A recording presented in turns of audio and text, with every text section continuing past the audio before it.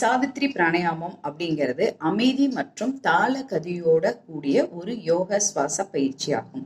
சூரிய சக்தியோட பெண் வடிவமான சாவித்ரி அப்படிங்கிறது நம்ம உடலுக்கு ஒளி மற்றும் நல்லிணக்கத்தை இதை நமக்கு கொண்டு வந்து கொடுக்கும்.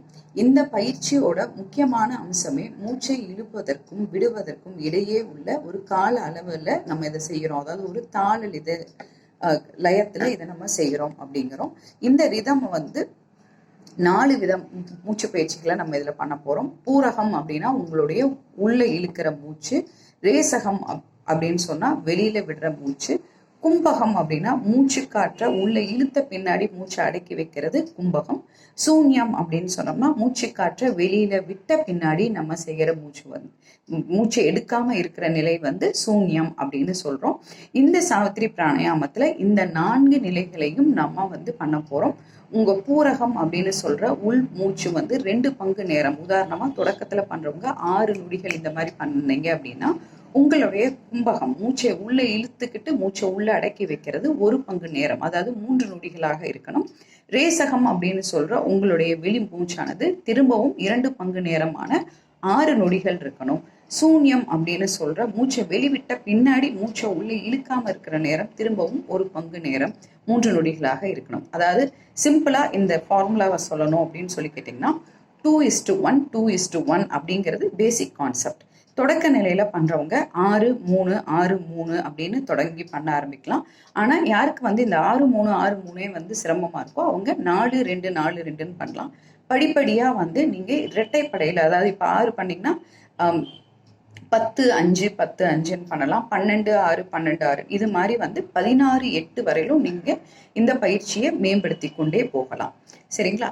இப்போ இந்த பயிற்சி செய்யறதுக்கு ஏதாவது முக்கியமான நிலைகள் இருக்கு அப்படின்னு கேட்டா, நீங்க சுகாசனம் பத்மாசனத்துல பண்ணலாம். ஈவன் சவாசனம் அப்படின்னு சொல்லப்படுற படுத்த நிலையில செய்வது இது மிக சிறந்தது. இந்த படுத்த நிலையில செய்யறது யாருக்கெல்லாம் ரொம்ப பயனுள்ளதா இருக்கும் அப்படின்னா, நீண்ட காலமா நோய்வாய்ப்பட்டு இருக்கிறாங்க, ரொம்ப நாளா எனக்கு சோர்வாவே இருக்கு, அந்த மாதிரி எல்லாம் சொல்றவங்க அவங்களோட ஹீலிங்கை இம்ப்ரூவ் பண்றதுக்கு, அதாவது அவங்க சீக்கிரமா குணமடைஞ்சு வர்ற ஒரு நிலைய அதிகப்படுத்துவதற்கு இந்த சாவித்ரி பிராணாயாமமானது ரொம்ப பலனுள்ளதாக இருக்கும்.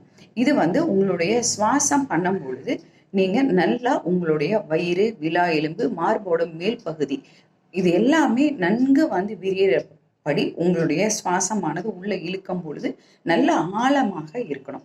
இது முக்கியமான நன்மையா இது மன அழுத்தத்தை குறைக்கிறதுக்கு பயன்படுது. காரணம் என்னன்னா, இது நம்மளுடைய நரம்பு மண்டலத்தை அமைதிப்படுத்தி மனப்பதற்றம் மற்றும் மன அழுத்தத்தை குறைக்குது. அது மட்டும் இல்லாம இது நம்ம ஒரு தாள லயத்துல நம்மளுடைய நுரையீரலை இயக்குவதன் காரணமாக உங்களுடைய இதய ஆரோக்கியமானது மேம்படுகிறது. குறிப்பாக இது இரத்த அழுத்தத்தை குறைப்பதற்கும் சீரற்ற இதய துடிப்பை சீராக்குவதற்கும் இந்த சாவித்ரி பிராணாயாமம் பயன்படும்.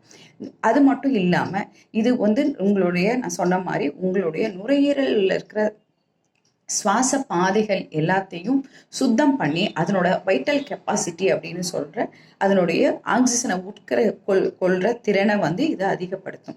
இதை நான் ஏற்கனவே சொன்ன மாதிரி நோய்வாய்ப்பட்டவர்கள் மற்றும் படுக்கையில இருக்கிறவங்களும் அவங்க சீக்கிரமா அதுல இருந்து வெளியில வர்றதுக்காக இந்த பயிற்சியை செய்யலாம். இதய நோய் இல்லைன்னா அதிக ரத்த அழுத்தம் உள்ளவர்கள் மூச்சை அடக்கிற பயிற்சியான கும்பகம் சூன்யம் பண்ணும் பொழுது உங்களுக்கு சிரமமா இருக்கு அப்படின்னு சொன்னா நீங்க அப்ப இதை என்ன பண்ணணும்னா, கம்மியான நேரம் உங்களோட கம்ஃபர்ட் ஜோன்ல இதை பண்ணிட்டு நீங்க இதை அதோட நிப்பாட்டிடுங்க. இப்ப இந்த பிக்சர்ல பாருங்க, இந்த பால் கீழ இருந்து மேல போகும்போது 6 எண்ணிக்கை வரும். அது வரையிலும் நீங்க இன்ஹேல் பண்ணணும். அதுக்கப்புறம் மூச்சை உள்ள அடக்கி வைக்கிறது 3 எண்ணிக்கை வரையிலையும், மூச்சு அதே மாதிரி வெளியில விடுற எக்ஸ்ஹேல் 6 எண்ணிக்கையும், அதே மாதிரி மூச்சை வெளியில விட்ட பின்னாடி மூச்சை அடக்கி வைக்கிறது 3 அப்படின்னு பண்ணா ஒரு சுற்று. இப்ப 2வது சுற்று நீங்க இதே மாதிரி இந்த வீடியோ உங்களுக்கு அடுத்த 4 நிமிடங்களுக்கு வரும்.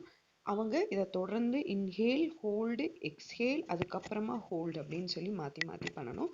நான் இப்ப உங்களுக்கு ஒரு முறை நான் இந்த பயிற்சியை செய்து காட்டுறேன் பாருங்க.